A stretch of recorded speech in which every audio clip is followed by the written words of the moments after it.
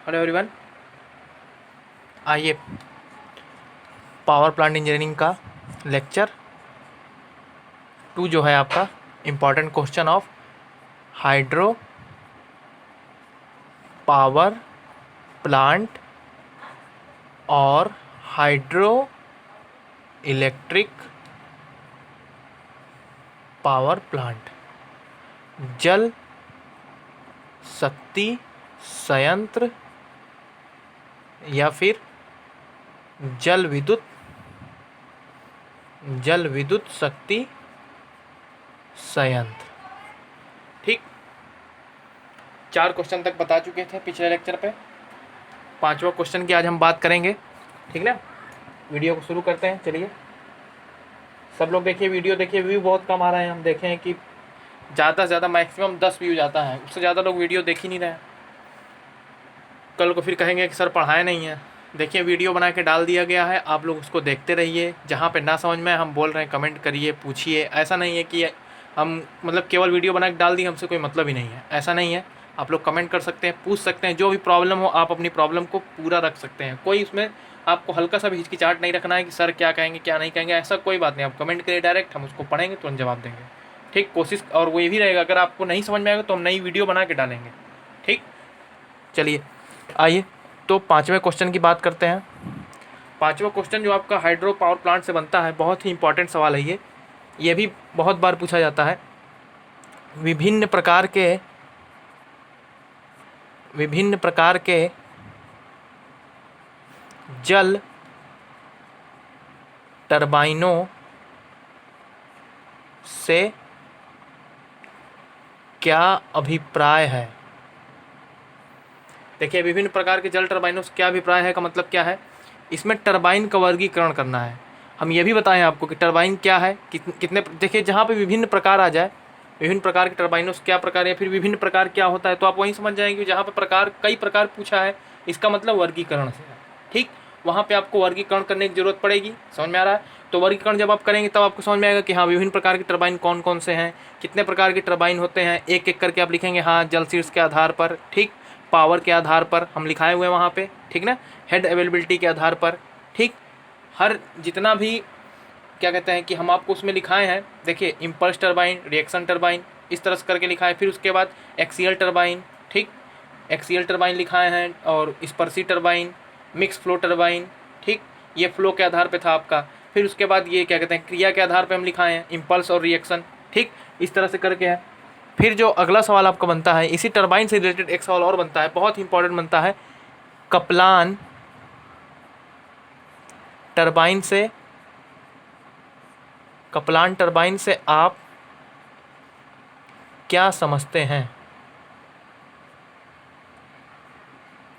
Kaplan turbine से आप क्या समझते हैं। देखिए, कप्लान टरबाइन का नाम जैसे आया आप समझ गए कप्लान टरबाइन क्या है। ठीक, इसी में एक सवाल और जोड़ देता है, ऐसे रिएक्शन टरबाइन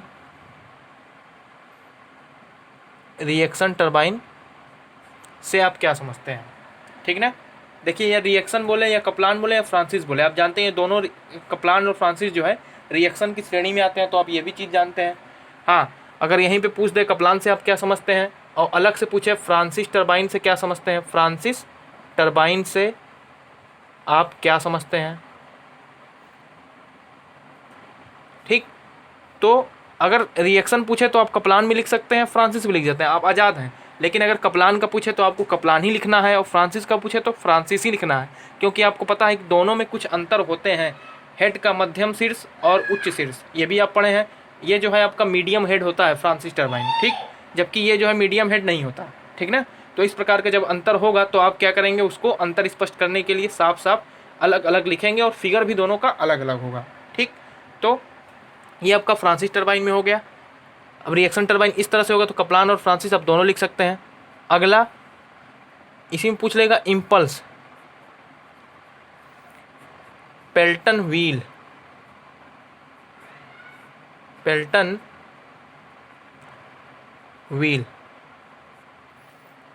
से आप क्या समझते हैं। देखिए, इम्पल्स पूछे या पेल्टन व्हील पूछे, ठीक, दोनों में आपको समझना वही है। ठीक, अगर इम्पल्स पूछ देता है तो आप वही जो है याद किए रहिए कि अगर पेल्टन पूछता है तो हमको वही चीज़ लिखना है, ठीक। अगर इम्पल्स पूछता है तो इम्पल्स लिखेंगे कि क्या होता है, कैसे होता है, न्यूटन का कौन सा लॉ है, क्या है, ये सब आपको बता चुके हैं। फिर उसके बाद पेल्टन व्हील हेडिंग डाल के आप पूरा एक एक करके क्या करेंगे, उसको लिखते हुए आगे चले जाएंगे, ठीक। और एक सवाल जो बनता है आपका यहाँ पे, वो बनता है लोड से, पीक लोड, ठीक, और base load. Peak load base load से आप क्या समझते हैं, पीक लोड बेस लोड से आप क्या समझते हैं। फिर एक सवाल बनता है कंट्रोलिंग या नियंत्रण जो है हाइड्रो इलेक्ट्रिक पावर प्लांट का किस तरह करते हैं,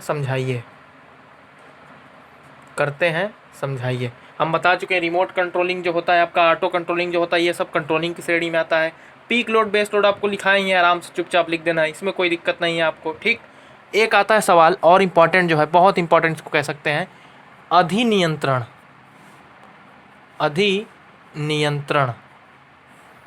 या फिर इसी को बोलते हैं गवर्निंग ऑफ टरबाइन, या हिंदी में बोलेंगे टरबाइनों का अधिनियंत्रण या गवर्निंग ऑफ टरबाइन क्या होता है, समझाइए। ये सवाल देखिए इतना इम्पॉर्टेंट है कि हम आपको बता दें, ये बहुत जगह पूछा जाता है। कई बार तो ऐसा हुआ है कि ये सब सवाल मतलब ये थोड़ा डीपली है, पूछ भी सकता है, नहीं भी पूछ सकता है, लेकिन इम्पॉर्टेंट है। हम इतना ये नहीं कहेंगे कि ये नहीं पूछेगा, इतना है कि इसके पूछने के चांसेस बनते हैं, ठीक ना। तो इसको भी तैयार करिएगा। हम आपको बताएं भाला वाला जो नियंत्रण होता है, ठीक, किस तरह से करते हैं। नोजल में एक भाला लगा होता है, पेल्टन वाले में हम लोग भाला से नियंत्रण करते हैं, स्पीयर के द्वारा, ठीक ना। और एक थ्रॉटल वाली कंट्रोलिंग जो होती है वो भी आपको हम बताए हुए हैं, ठीक। उसमें वो कप्लान वगैरह में, फ्रांसिस वगैरह में कैसे करते हैं वो भी हम बताए हुए हैं आपको, तो वो भी देख लीजिएगा। और ये सब जो है जितने क्वेश्चन हम बताए हैं इनको तैयार कर लीजिएगा, ठीक। अब आपका ये चैप्टर जो है ख़त्म हो गया है, मिलेंगे फिर अगले लेक्चर में, ठीक। नेक्स्ट वाला जो है आपका न्यूक्लियर वगैरह के बारे में थोड़ा सा बताएंगे, और वो क्वेश्चन बताएंगे, उसमें क्वेश्चन बता के ख़त्म करेंगे। तब तक के लिए सब लोग घर में रहें, सेफ़ रहें। Okay, thank you.